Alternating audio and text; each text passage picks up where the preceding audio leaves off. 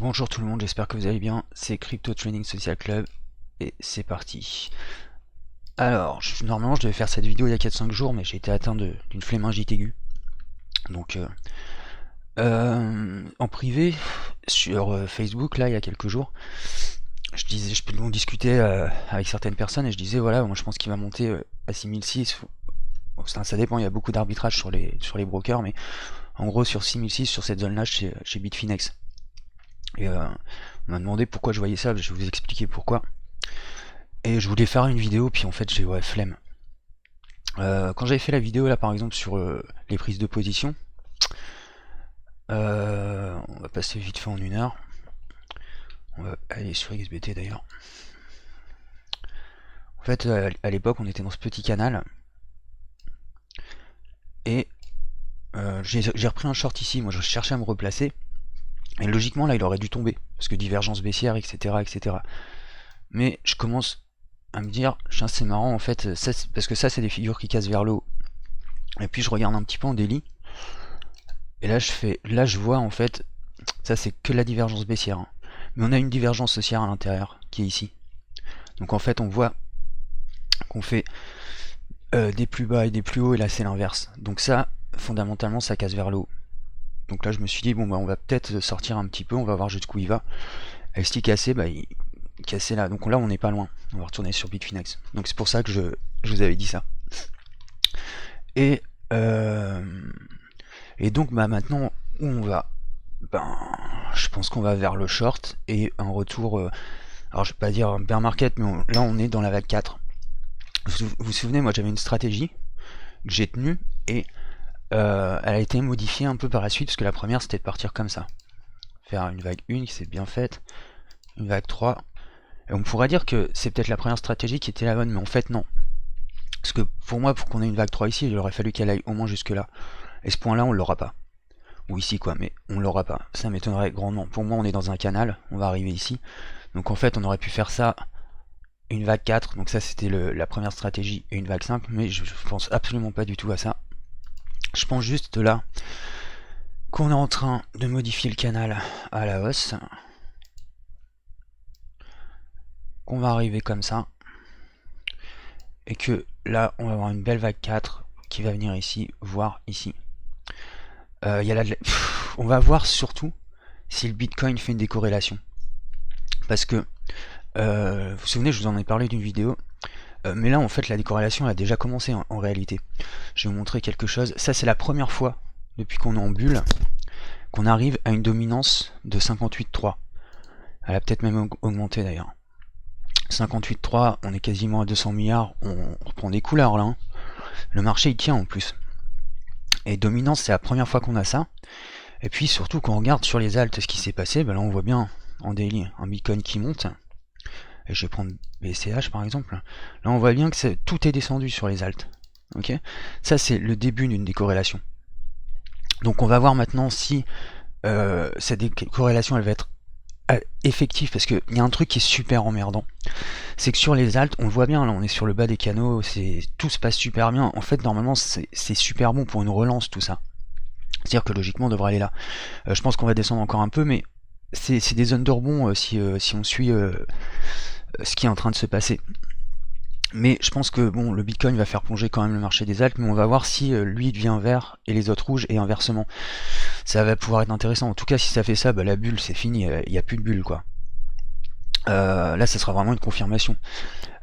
Toutefois, je pense qu'il va quand même emmener une vague 4, ça peut être très violent, on peut revenir sur la vague 1, donc là on peut repartir jusqu'ici. Encore une fois, pour moi la bulle elle est terminée maintenant, on redescendra jamais en dessous de ces prix là. Je vais parler un peu des holds aussi après. Parce que moi j'ai commencé à les revendre là. Enfin j'ai déjà commencé à en revendre une partie. Je vais vous expliquer pourquoi après. Donc là moi je m'attends, imaginons par exemple sur EOS, ce serait de repartir une vague 4 qui revienne ici, puis ensuite voilà, là on aura une super grosse vague 5 derrière. Ok. Donc c'est pour ça que je parlais de super 5 qui vont être assez monstrueuses, parce que je pense que là c'est le marché. Par exemple pour les plus prudents au niveau du hold, ça sera à ce moment là qu'il faut investir. Tu vois, parce que là je pense que la bulle c'est fini, on descendra pas en dessous de ces prix là. Je retourne sur Bitcoin. Donc voilà, pour moi on a juste un élargissement de canal. Ces zones là, regarde, voilà, juste avant la vidéo on n'y était pas encore, là on est en train de la toucher. Donc ça c'est pas mal du tout. Normalement il devrait aller jusque là. Hop, genre pour moi c'est le point qui devrait toucher, c'est 6718. Alors il y a de l'arbitrage évidemment, donc si vous êtes sur je sais pas moi, Bitstamp, etc., vous calculez en fonction quoi. Donc voilà, lui il a 6003, donc c'est vraiment, il y a un gros arbitrage en ce moment. Kraken, donc là ça nous ferait du 6580, voire 6007, on verra. Donc, en tout cas on a cette zone là. Bon, là je vais rester sur Bitfinex. Donc voilà, en plus, donc vous avez vu, il y a eu le hack de Binance. Bon, on sait même pas trop si c'est un hack ou si c'est une erreur de leur part qu'ils font passer pour un hack, parce que visiblement les fonds ils sont bloqués dans un wallet. Et donc on va voir encore les nouvelles que ça va, mais ça n'a pas du tout impacté le marché, un peu le Binance Coin évidemment. Mais sinon, que dalle quoi. Pareil, les histoires avec Bitfinex, le marché s'en tape. Comme ils s'en foutent. Donc c'est très bien, de toute façon, tant mieux. En tout cas, là, tu vas entendre toutes les raisons, parce qu'on va redescendre, hein, c'est sûr. Des divergences baissières comme ça, moi c'est ces raisons-là qui me font. C'est exactement les raisons qui font que je suis sorti à 18 500 ici, parce que là déjà on était dans un contexte de bulle, et puis j'ai les mêmes trucs. Bon là on n'est plus du tout ça c'est pas un contexte de bulle, c'est juste une accélération quoi, mais là on va breaker ça, puis bah évidemment ça va être violent, on va retomber, donc là tu vas entendre les gens bear market, retour à 2000, etc. etc. J'y crois absolument pas. Je te l'ai expliqué hein, pourquoi en faisant une analyse en Loga, où je pense que voilà, non, on redescendra jamais plus bas que ces prix-là. Je suis content, hein, moi, pour les holds. Je vais parler un petit peu des holds maintenant. J'ai vraiment eu les meilleurs prix. Et comme je l'ai expliqué dans la vidéo, le but, c'est pas d'avoir les meilleurs prix, mais si vous avez holdé en même temps que moi, ben, je pense, voilà, on retrouvera jamais ces prix-là, quoi. À voir, hein, mais pour l'instant, il n'y a aucun signal qui me permette de dire que, voilà, on va aller plus bas que ces signaux-là. Bon, j'ai parlé un petit peu des holds. Alors, je savais pas beaucoup de Bitcoin, mais beaucoup plus en alt, Ether, etc. Alors Ether, évidemment, moi mes objectifs, vous vous souvenez, ils étaient là. Donc là, vu qu'on est parti dans un biseau comme ça casse vers le bas de toute façon. J'aurais bien aimé qu'il y ait un moment, on aurait pu le faire ici, hein, clairement, mais bon non, c'est voilà quoi. Donc là c'est parti en biseau, c'est pas grave, les objectifs sont toujours les mêmes et je les aurai. Par contre, là, j'ai commencé à revendre, je vais vous expliquer pourquoi. Pas tout, mais une partie de mes holds. Tout simplement déjà parce que en rentrant ici et là, vous vous souvenez, là en revendant ici, j'ai fait du 136%.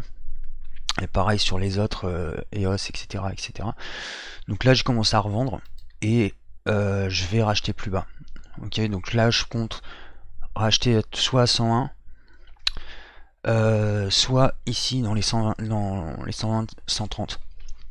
On va analyser un petit peu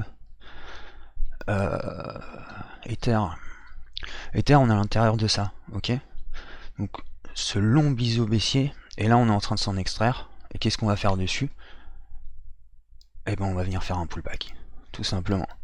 Et je pense pas qu'on va réintégrer à l'intérieur. On verra bien, hein, je suis pas magicien, etc. Mais ça m'étonnerait fortement. Pour moi, ce qu'on va faire, c'est ça. Ils sont où les pinceaux? Donc là, voilà, on rentre dans le truc. Pullback, potentiellement ici ou ici. Reprise du marché, objectif, etc. etc. Et je pense que c'est ça qui va se faire. En tout cas, pour l'instant, j'ai pas de raison de croire le contraire. Donc évidemment, ça va nous faire une vague 4 ici. Enfin, une vague, c'est plus une vague 4, mais une cassure. Enfin, si, en réalité, c'est ouais, 1, 2, 3, 4, 5. Donc ça va être un gros pullback. Donc moi, je m'attends tout à fait à revenir à 100. Et donc là, ce que j'ai revendu, je vais le racheter plus bas. Fondamentalement, je crois pas du tout que ça va partir vers le haut. Ça serait extraordinaire que ça fasse ça avec toutes les divergences baissières qu'on a en daily, etc.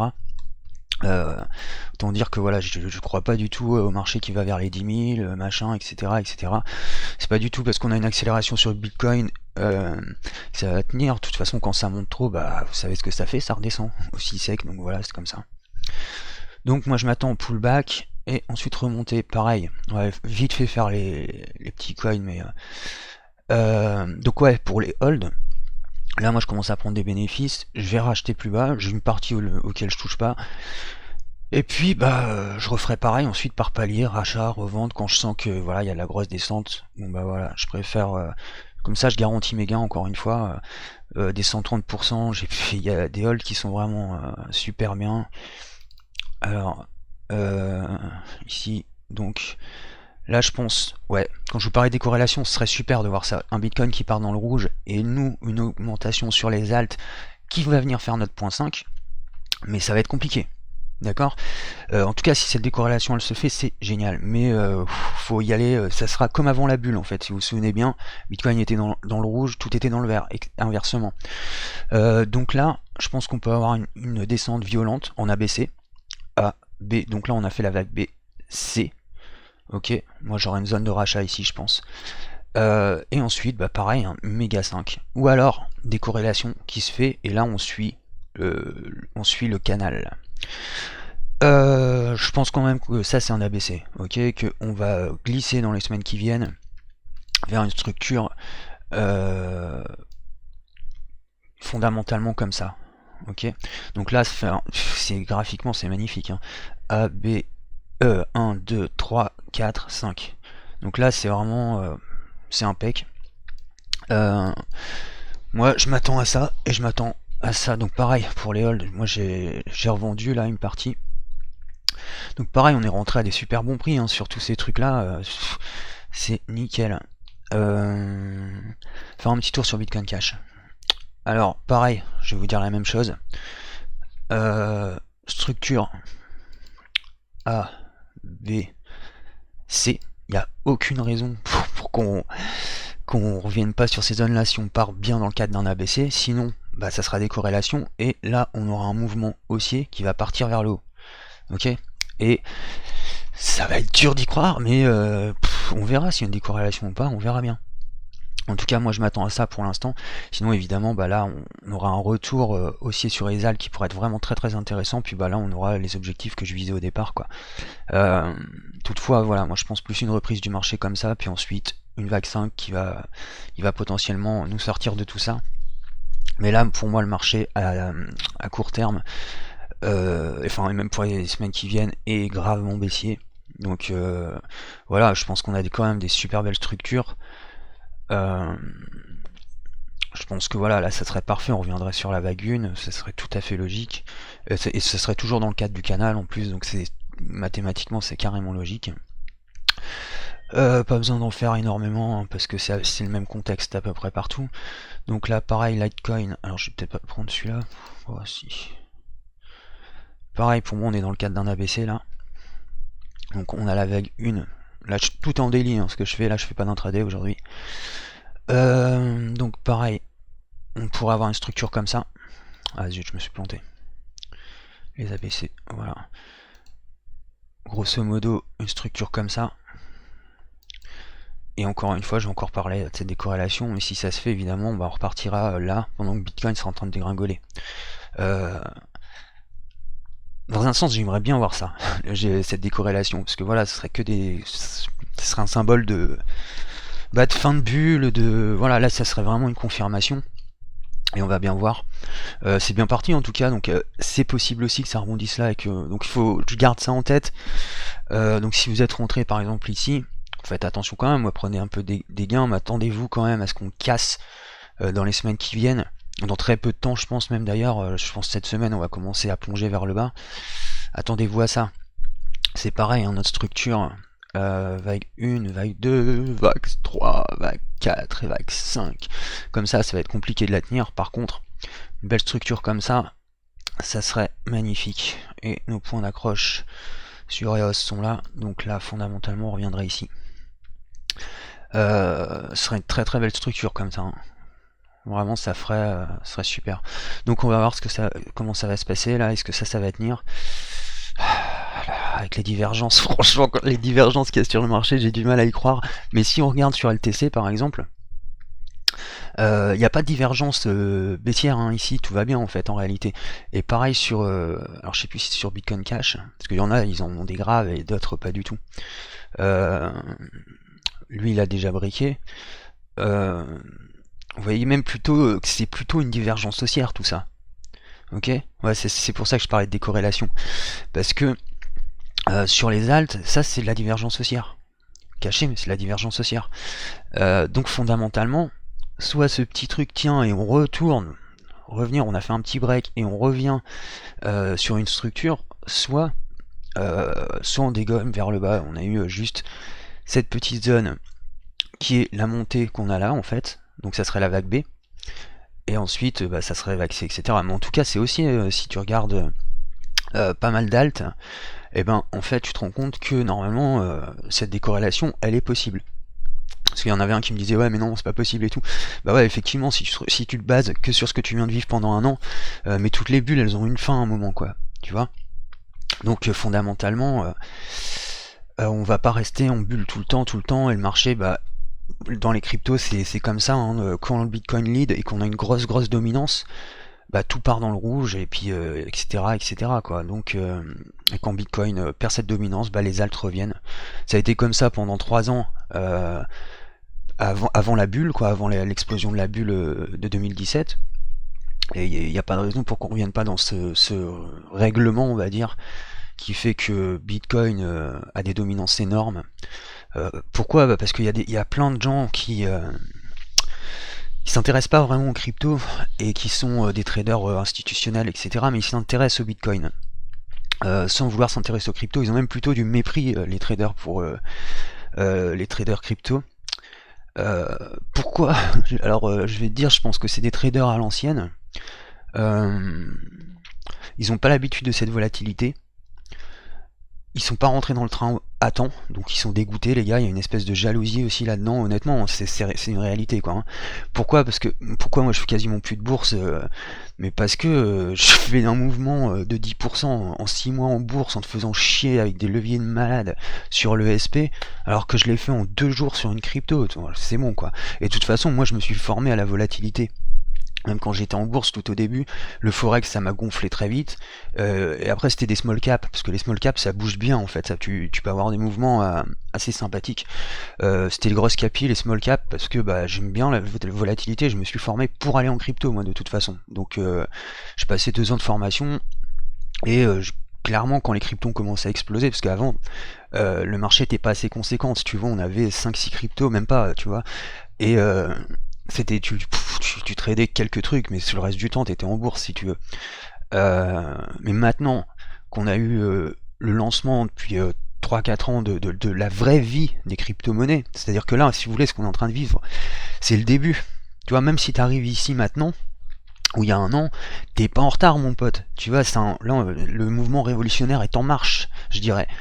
Et bah, fondamentalement, t'es pas en retard quoi, au contraire t'es pas dans les précurseurs mais t'es dans les premiers. Et dans le mouvement boursier comprend pas ça en fait. Ils ont aussi, il faut comprendre qu'il y a des investisseurs, je comprends aussi hein, parce qu'il y a des investisseurs les mecs ils ont des milliards si tu veux. Ils préfèrent par sécurité faire un truc sur pour surperformer un indice, le SP par exemple, t'es obligé de prendre du levier. Si tu veux faire plus de 18, le SP a fait 18% cette année. Même pas je crois 12 ou 16, je me souviens plus bien. Pour faire plus de 16% sur une année, bah c'est simple, t'es obligé de prendre du levier. Il n'y a pas de secret. Alors qu'en crypto non. Et il y en a qui prennent des positions à long terme, parce que c'est souvent des investisseurs long terme, et tout simplement bah, ils font du 7% par an. Bah, c'est déjà très bien hein, 7%. 7% de plusieurs milliards, t'as bien compris que voilà, tu vois les mecs, donc ils sont plus précautionneux, ils ont raison, parce qu'avec des grosses sommes, tu vas pas te mettre dans un truc avec une volatilité extrême, quoi. Mais pour les traders, j'ai du mal à comprendre le mépris qu'ils ont envers les cryptos, etc. Mais je pense que c'est un mouvement, enfin comment c'est une espèce de jalousie, j'ai l'impression, mais c'est même pas une impression, c'est une réalité, quoi.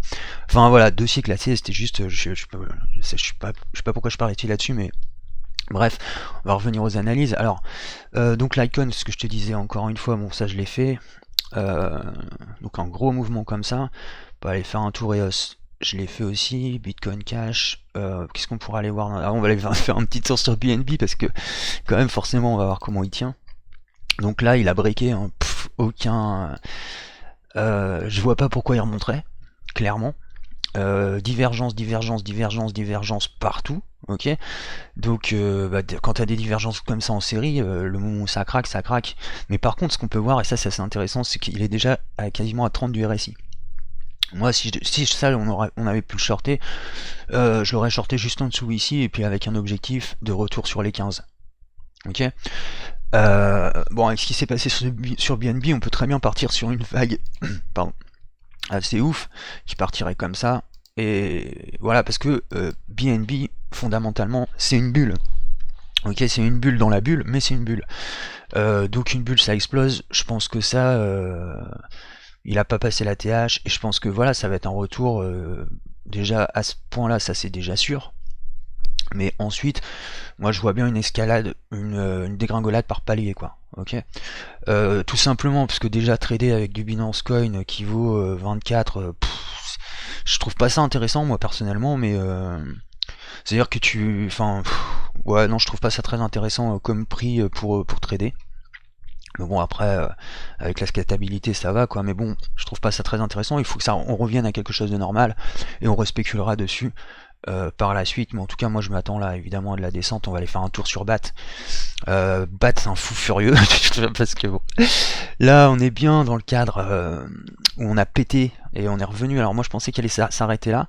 Il a un peu cassé hein, quand même. Il est revenu sur les 1,618 de Fibo. Et là, boum, on va aller voir ça en 4 heures, allez vite fait. Gros retour, mais retour piégeux aussi, parce que ici, fondamentalement, quand il a cassé le canal, c'était jamais un bon signe. Je pense qu'il va remonter, il pourrait même remonter jusque là, ce petit bâtard. Donc, c'est pas mal du tout sur BAT. Mais par contre, ça peut être aussi, tout simplement, là je repars en daily, le signe d'un ABC. Alors moi je pense qu'il va revenir ici, j'espère pas plus bas, parce que là ce serait une bonne zone de reprise je pense. Je parle pour les swings. Alors, ah. Faudra très bien voir ça. Ici, petite vague B, qui reviendrait potentiellement, elle pourrait monter haut, hein. Mais on va la mettre à des niveaux qui me paraissent quand même assez corrects, et puis venir se ramasser la tête ensuite pour revenir sur ces zones là. Gros pullback, donc attention hein, là je dis j'exagère peut-être hein. On va peut-être arriver juste ici et puis boum, mais BAT, vu qu'il y a énormément de volatilité, énormément de gens dessus, ben c'est possible qu'il nous fasse des petits mouvements de ouf, mais ça c'est possible que ça s'éteigne en 2 jours hein, et qu'on reparte dans le rouge direct. Donc faites attention à ça, mais fondamentalement je pense qu'on va être dans le cadre d'un ABC bordel, et d'un retour sur ce triangle. Ok.